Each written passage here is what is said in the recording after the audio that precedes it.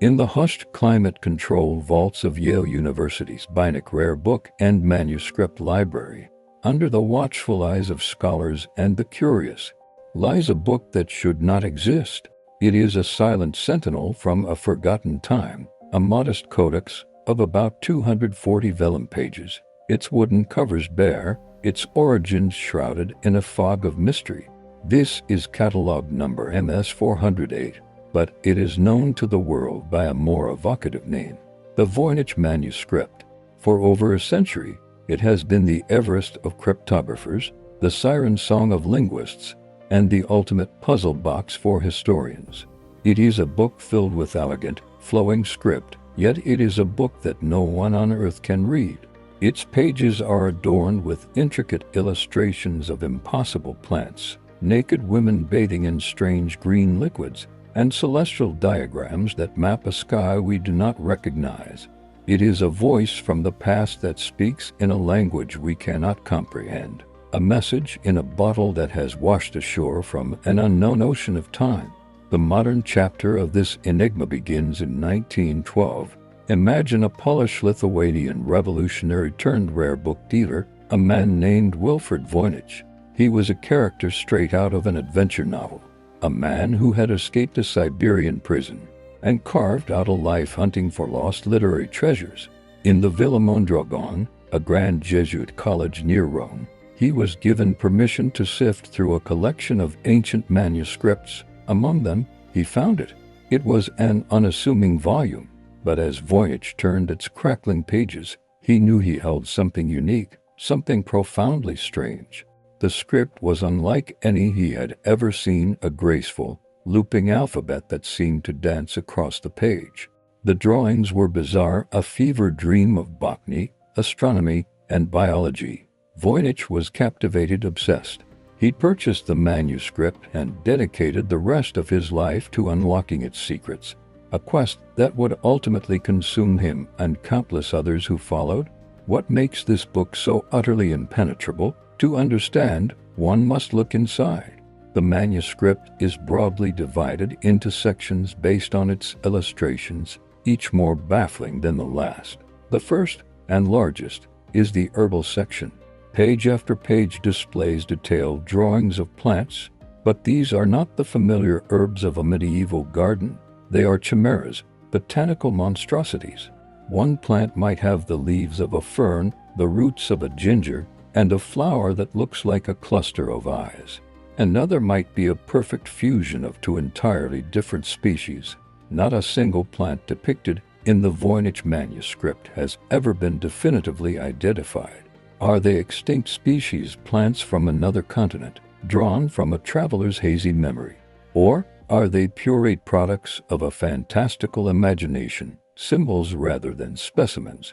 From the world of impossible flora, the manuscript transitions to the astronomical and astrological section. Here we find circular diagrams, zodiacal signs, and celestial charts. Suns and moons are given human faces, stars are arranged in unfamiliar constellations, and complex wheels are filled with rosettes of tiny, naked figures, each holding a star. It seems to be a map of the heavens, but it is a heaven that does not align with any known system of the era, whether European, Arabic, or Asian. It is a cosmos unto itself, governed by rules and patterns that remain elusive. Perhaps the most famous and disturbing section is the so-called balneological, or bathing section. Here, a labyrinth of elaborate, organic-looking pipes and tubes connects pools and vessels filled with a strange green or blue fluid. In these pools, dozens of small, naked women, almost all with slightly swollen abdomens, are bathing, socializing, or interacting with the bizarre plumbing. What are we witnessing? Is it a treatise on women's health, gynecology, or midwifery? Is it an alchemical allegory where the women represent spirits and the tubes the process of distillation and transformation? Or is it the depiction of a forgotten ritual, a fertility cult, or a utopian community? The images are both clinical and dreamlike, defying any simple interpretation. Following this are more cosmological charts, a pharmaceutical section with drawings of plant parts, and what appear to be apothecary jars, and finally a long section of pure, unillustrated text. This final part is perhaps the most tantalizing. The script is written with a confident hand, flowing from left to right. It is composed of an alphabet of 20 to 30 unique glyphs. Words are separated by spaces, and the text exhibits all the statistical properties of a genuine language. Certain words appear more frequently, others are rare. The entropy and structure of the text mimic that of Latin or English. It is not random gibberish. This is the cruel genius of the Voynich Manuscript. It looks and feels exactly like a real, meaningful text, yet it surrenders nothing. For decades, Voynich kept a crucial clue to himself. Tucked within the manuscript's pages was a letter, dated 1665 or 1666.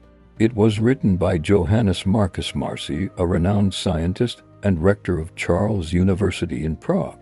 The letter was addressed to Athanasius Kircher, a Jesuit scholar in Rome. Kircher was the 17th century's great polymath, a man who claimed to have deciphered Egyptian hieroglyphs. He hadn't, but his reputation was immense. Marci explained that the book had once belonged to the Holy Roman Emperor Rudolph II, a monarch obsessed with alchemy, astrology, and the occult. The emperor, Marci wrote, had purchased it for the astronomical sum of 600 gold ducats. Believing it to be the work of the legendary 13th century English friar and proto-scientist Roger Bacon, Marci was now sending the book to Kircher, the only man he believed capable of cracking its code. We have no record of Kircher's reply or if he ever made any progress. After his death, the manuscript vanished into the Jesuit archives, lying dormant for centuries until Wilfrid Voynich rediscovered it. The letter provided a tantalizing, if fragmented, provenance. The court of Rudolph II in Prague at the turn of the 17th century was a melting pot of mystics, astronomers, and charlatans. It was the perfect environment for such a strange book to be prized, but the Roger Bacon connection, while romantic, seemed unlikely. Could a 13th century friar have created something so advanced, so bizarre? The 20th century brought the full force of modern cryptanalysis to bear on the manuscript. The challenge was taken up by the best in the field, William and Elizabeth Friedman, the legendary husband and wife team who had broken Japan's Purple Code during World War II, spent years studying the Voynich text. They emerged defeated. William Friedman concluded that it was not a simple substitution or transposition cipher. The patterns were too complex, yet too regular. He theorized that the manuscript was written in an early form of a constructed or artificial language, a philosophical attempt to create a new system of communication based on logic and symbols. It was an ingenious idea, but it offered no path to translation. The key, if one ever existed, was lost. For years, the debate raged. Was it a code, a lost language, or was it all just a magnificent, elaborate hoax? The hoax theory was tempting. Perhaps some clever con artist had created the book to swindle the credulous Emperor Rudolph. But this theory had its own problems. Creating a 240-page document of such consistent, linguistically plausible gibberish would be a monumental undertaking, arguably more difficult than simply encrypting a real text. Who would have the skill, the time, and the motivation for such a pointless masterpiece of deception? And Wilfrid Voynich himself was a suspect for a time. Could he have forged the book to make his name and fortune? Then in 2009, science intervened. A team of researchers at the University of Arizona was given permission to perform carbon-14 dating on several small samples of the manuscript's vellum pages. The results were a bombshell. The vellum was dated with 95% certainty to a period between 1404 and 1438. Further analysis of the inks and paints showed them to be consistent with materials commonly used in the 15th century. This single scientific fact blew several theories out of the water. It was not a forgery by Wilfrid Voynich. It was not the work of Roger Bacon. It was a genuine artifact of the early Renaissance. a time of immense intellectual and artistic upheaval, a bridge between the medieval world and the modern. The carbon dating didn't solve the mystery, it deepened it. It placed the book's creation in a world of Leonardo da Vinci's notebooks, the dawn of the printing press, and the last gasps of alchemy before the rise of empirical science. Who in this era would create such a work, and why the theories have only multiplied? One school of thought holds that it is indeed a cipher, but one of a complexity we have not yet fathomed.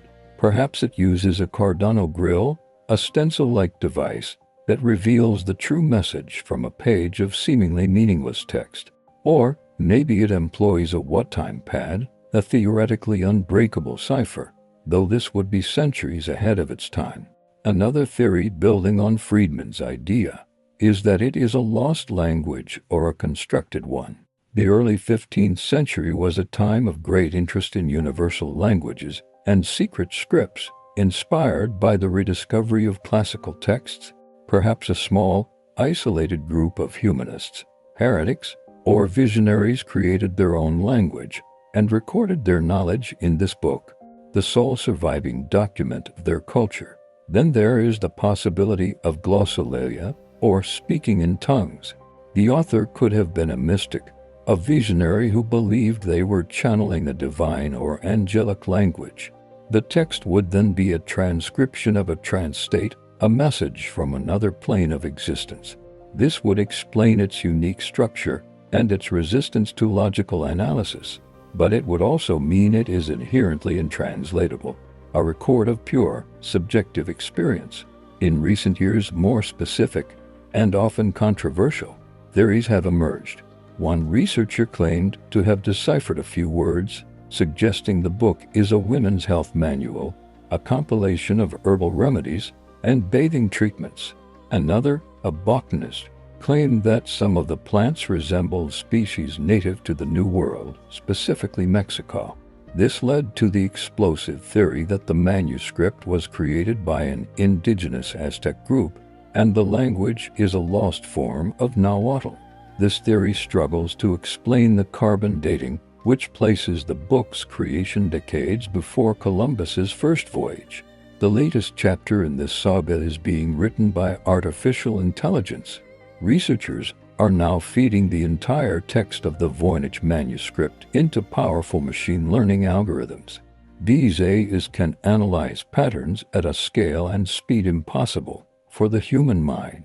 They have identified linguistic structures, suggested potential language families, some pointing towards Hebrew, others to Proto-Romance languages, and have even attempted to generate translations. So far, the results have been fragmented, nonsensical, and unverified. The machine, like the human, has been stumped.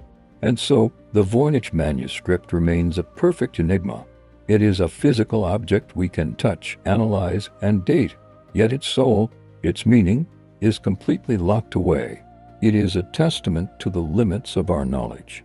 In an age where information is instant and global, where the human genome is mapped and the secrets of the cosmos are being unraveled, this small, quiet book from the 15th century reminds us that some mysteries endure. It is a mirror reflecting our own desire to know, our frustration with the unknown, and our fascination with the puzzles that lie just beyond the reach of reason. It is a heavenly script, not because it came from the heavens, but because its meaning remains as distant and as beautiful as the stars, a silent, elegant challenge whispered across 600 years of human history.